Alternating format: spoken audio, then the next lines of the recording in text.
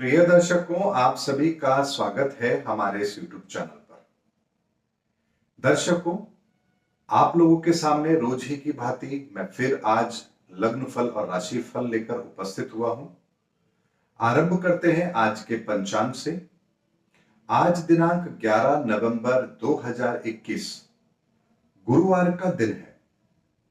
कार्तिक मास चल रहा है, शुक्ल पक्ष है और आज सप्तमी और अष्टमी तिथि भी है। दर्शकों, दो तिथियां आज आ रही हैं क्योंकि आज सूर्योदय के समय पर षष्ठी तिथि रहेगी, लेकिन 6:50 और 57 पर सप्तमी तिथि आरंभ हो जाएगी और कल सूर्योदय से पहले अष्टमी तिथि भी समाप्त हो जाएगी। ऐसे में आज दो तिथियां हैं, सप्तमी और अष्टमी। चंद्रमा मकर राशि में है और 18 डिग्री पर है। आज श्रवण नक्षत्र है जो कि 15:08 तक रहेगा और इसके नक्षत्र के स्वामी चंद्रमा स्वयं है। आज यदि हम त्योहार की बात करें तो आज गोपाष्टमी भी है और मासिक दुर्गाष्टमी भी आज ही है। आज का राहु काल 13:32 से 14:54 तक का है और इस राहु काल के अंदर हमें कोई भी शुभ कार्य आरंभ नहीं करना चाहिए। आज का अभिजीत मुहूर्त 11:49 से 12:31 तक रहेगा और आज जो लोग भी रत्न धारण करना चाहते हैं, गुरु का रत्न पुखराज अवश्य धारण कर सकते हैं। और गुरु का रत्न पुखराज हमेशा अंगूठे के पास वाली इंडेक्स फिंगर में धारण किया जाता है, जिसे हम तर्जनी उंगली भी कहते हैं। दर्शकों, आज के दैनिक उपाय के अंदर मैं एक छोटा सा उपाय आप लोगों को बता रहा हूं। आज आप सभी लोग अपने घर के मंदिर में हाथ जोड़कर 2 मिनट के लिए ओम श्री गुरुवे नमः इस मंत्र का 2 मिनट जाप अवश्य करेंगे। आज के दिन के लिए यही उपाय आपके लिए सर्वोत्तम फल प्रदान करने वाला अवश्य बनता है। दर्शकों, आज जिनका भी जन्मदिन है उन सभी को मेरी ओर से जन्मदिन की बहुत बहुत हार्दिक शुभकामनाएं। ईश्वर आपकी हर मनोकामना पूर्ण अवश्य करे। दर्शकों, आज की ज्ञान गंगा के अंदर मैं एक ऐसी ही जानकारी को आप लोगों के साथ लेकर आया हूं जो आप लोगों को जानना भी चाहिए और जो ज्योतिष के संदर्भ में बहुत महत्वपूर्ण भी है। कल के एपिसोड में मैंने आप लोगों को सिद्धांत के बारे में बताया था कि ज्योतिष के सिद्धांत क्या है।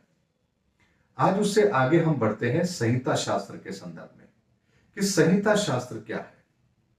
दर्शकों, किसी भी घटना के घटित होने के लिए कुछ कारण होते हैं और जब वो कारण बनते हैं तब उसके परिणाम हमें मिलते हैं।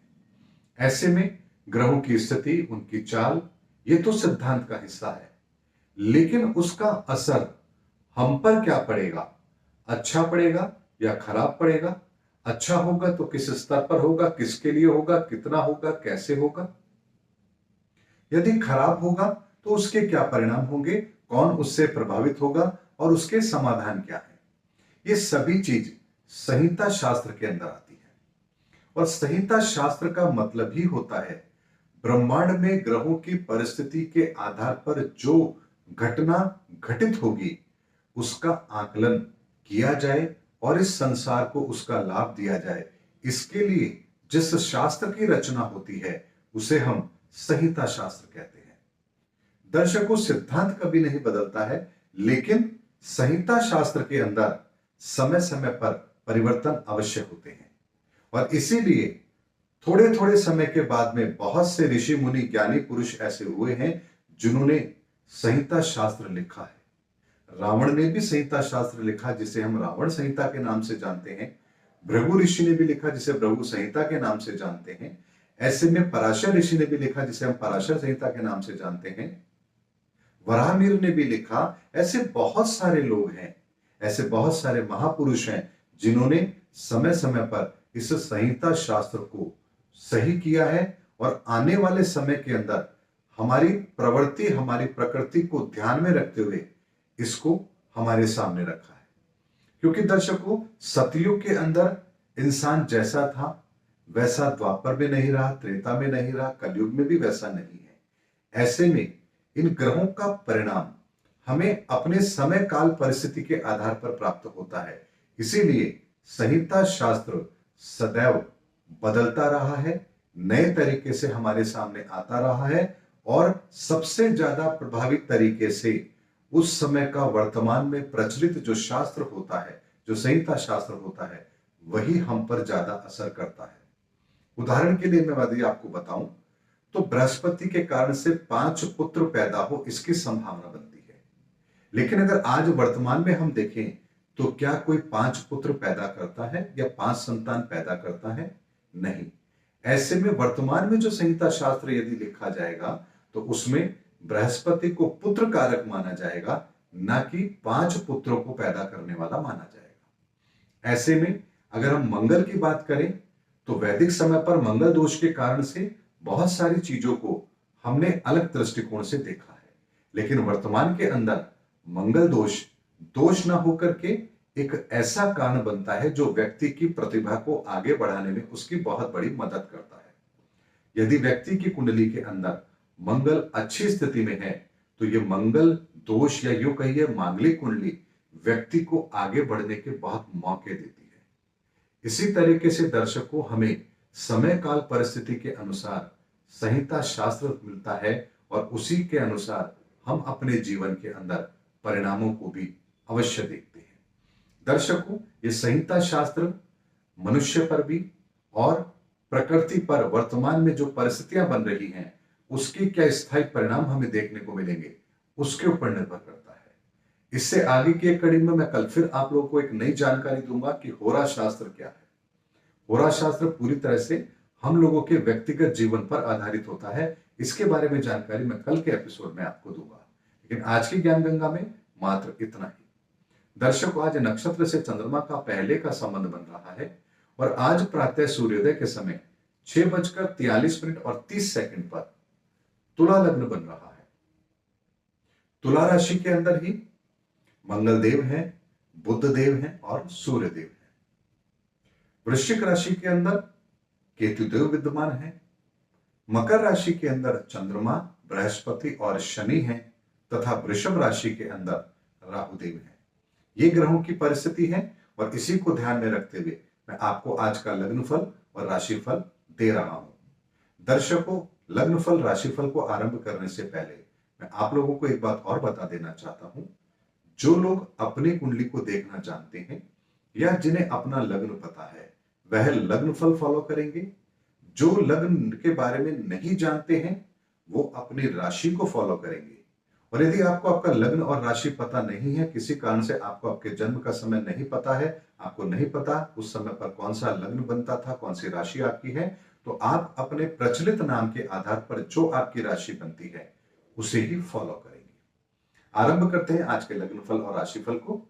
सर्वप्रथम मेष राशि और मेष लग्न के व्यक्तियों के लिए चंद्रमा की उपस्थिति आपके दशम भाव में बन रही है, जो आपके कार्य की अधिकता को दर्शा रही है। ऐसे में कार्य के अंदर आप व्यस्त भी रहेंगे तथा कार्यों को अंदर थोड़ी सी आपको गड़बड़ी भी महसूस अवश्य होगी।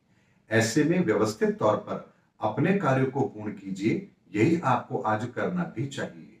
वर्तमान समय आपको आपकी परिस्थितियों के अनुसार अपने कार्य क्षेत्र को मैनेज करने के लिए कह रहा है और वही आपको करना भी चाहिए। वृषभ राशि और वृषभ लग्न के व्यक्तियों के लिए आज का दिन मिला जुला रहने वाला है। चंद्रमा की उपस्थिति नवम भाव में आपके भाग्य में भी कमी कर रही है तथा कार्य के अंदर भी आपके कुछ लापरवाही अवश्य देखी जा सकती है। ऐसे में पिता के साथ भी आपको संबंध बना के रखने हैं तथा कार्य में भी लापरवाही आपको नहीं करनी है तथा भाग्य के भरोसे भी किसी कार्य की शुरुआत नहीं करनी है। मिथुन राशि और मिथुन लग्न के व्यक्तियों के लिए आज का दिन थोड़े से मन के अंदर उदासी को लाने वाला है। मन के अंदर घबराहट, बेचैनी बनी हुई है। डिप्रेशन का भाव आपके ऊपर हावी है। छोटे छोटे काम के अंदर भी कुछ परेशानी आप आज महसूस कर रहे हैं। ऐसी परिस्थितियों का निर्माण हो रहा है। ऐसे में आज का दिन आप शांति के साथ व्यतीत कीजिए, 2 मिनट का मेडिटेशन कीजिए और जो आरंभ में मैंने गुरु का उपाय बताया है वह आप अवश्य कीजिए, यही आपको स्थायी लाभ भी अवश्य देगा। कर्क राशि और कर्क लग्न के व्यक्तियों के लिए आज का दिन अच्छा रहेगा। सप्तम भाव के अंदर चंद्रमा की उपस्थिति पार्टनरशिप में कुछ नए काम करने को प्रेरित कर रही है। डेली सोर्स ऑफ इनकम में भी बढ़ोतरी होगी। मन के अंदर भाव भी बहुत अधिक होंगे। विचारों की अधिकता भी आपको कुछ नई चीज करने के लिए प्रेरित करेगी। ऐसे में आज का दिन आप अपने लिए उपयोग कीजिए, यही आपको करना भी चाहिए। सिंह राशि और सिंह लग्न के व्यक्तियों के लिए आज का दिन आर्थिक लेन देन में थोड़ी सी सावधानी रखने का बनता है। वाहन भी आपको सावधानी से चलाना है। यदि आपको हाई बीपी या लो बीपी है या शुगर की प्रॉब्लम है, तो आज आपको अपना विशेष ध्यान भी अवश्य रखना है तथा पैसे के लेन देन में विशेष सावधानी रखनी ही रखनी है। आज ना तो किसी को उधार देना है और ना किसी से उधार लेना है। इस चीज का ध्यान आज आपको अवश्य रखना ही रखना है। कन्या राशि और कन्या लग्न के व्यक्तियों के लिए आज का दिन थोड़ी सी मानसिक चिंताओं को देने वाला है। बच्चों के संदर्भ में भी आपको आज कुछ परेशानियां महसूस अवश्य हो सकती है। आज अकस्मात धन हानि का योग भी बनता है। ऐसे में किसी भी तरह के इन्वेस्टमेंट से आज अपने आप को दूर रखिए तथा मन को शांत रखने का प्रयास कीजिए, यही आज आपको करना भी चाहिए। तुला राशि और तुला लग्न के व्यक्तियों के लिए आज का दिन अच्छा रहेगा। आज का दिन आपकी सुख सुविधाओं में बढ़ोतरी भी कर रहा है तथा कार्य क्षेत्र के अंदर भी आपको कुछ नए काम मिले, इसकी संभावना अवश्य बन रही है। आज का दिन आपके लिए अच्छा है और इसका आपको अपने लिए सदुपयोग अवश्य करना भी चाहिए। वृश्चिक राशि और वृश्चिक लग्न के व्यक्तियों के लिए आज का दिन छोटी मोटी यात्राओं का अवश्य बन रहा है। आज कहीं बाहर जाने का कार्यक्रम भी बन सकता है। छोटे भाई के साथ भी आपके मधुर संबंध रहेंगे। आज कार्य की अधिकता भी रहेगी, जिसे आप समय पर पूर्ण भी अवश्य करेंगे। ऐसे में आज के दिन का सर्वोत्तम प्रयोग आपको अवश्य करना ही चाहिए। धनु राशि और धनु लग्न के व्यक्तियों के लिए आज का दिन परिवार में शांति बनाए रखने का है तथा धन को लेकर के भी विशेष सावधानी आपको अवश्य रखनी है। कोई भी बात कहते समय आपको विशेष सावधानी रखनी है तथा मन के अंदर डिप्रेशन की भावना नहीं आनी चाहिए। यदि इन चीजों का आप ध्यान रखेंगे तो आज के किसी भी तरह के नकारात्मक परिणाम आपको देखने को नहीं मिलेंगे। मकर राशि और मकर लग्न के व्यक्तियों के लिए आज का दिन थोड़ी सी मानसिक चिंताओं को देने वाला है। पार्टनर के साथ में भी कुछ मतभेद हो सकते हैं तथा अनावश्यक सोच विचार से आज आप अपने आप को बचा के रखिए। आज का दिन शांति के साथ अपने दैनिक कार्य को करने का है। इससे अधिक आज कुछ आपको नहीं सोचना चाहिए। यदि इस चीज का आप ध्यान रखेंगे तो आज का दिन भी आपके लिए अच्छा ही रहेगा। कुंभ राशि और कुंभ लग्न के व्यक्तियों के लिए आज का दिन अच्छा रहेगा, लेकिन एक चीज का ध्यान रखना है, व्यय की अधिकता भी बनी हुई है। ऐसे में मित्रों के साथ ज्यादा समय को ना बिताएं। धन खर्च करते समय सावधानी रखें। यदि इस चीज का आप ध्यान रखेंगे तो आज का दिन आपका ठीक ही रहेगा। मीन राशि और मीन लग्न के व्यक्तियों के लिए आज का दिन आपकी इच्छाओं की पूर्ति का अवश्य बन रहा है तथा मन के अंदर कुछ विचार ऐसे आ रहे हैं जो आपको कुछ नया करने की प्रेरणा भी दे रहे हैं। आज कुछ इन्वेस्टमेंट करने का यदि आपका प्लान है तो वो भी आप कर सकते हैं। आज का दिन आपके लिए बेहतर है और इसका आपको सदुपयोग भी अवश्य करना चाहिए। दर्शकों, ये मैंने आपको आज का लग्न फल और राशिफल आज के गोचर के आधार पर दिया है और इसी के आधार पर आप अपना दिन व्यतीत होता हुआ भी अवश्य पाएंगे। उम्मीद करता हूं मेरा वीडियो आपको जरूर पसंद आया होगा। कल फिर आपसे भेंट होगी, तब तक हमारे चैनल पर बने रहिए। जय हिंद, जय भारत।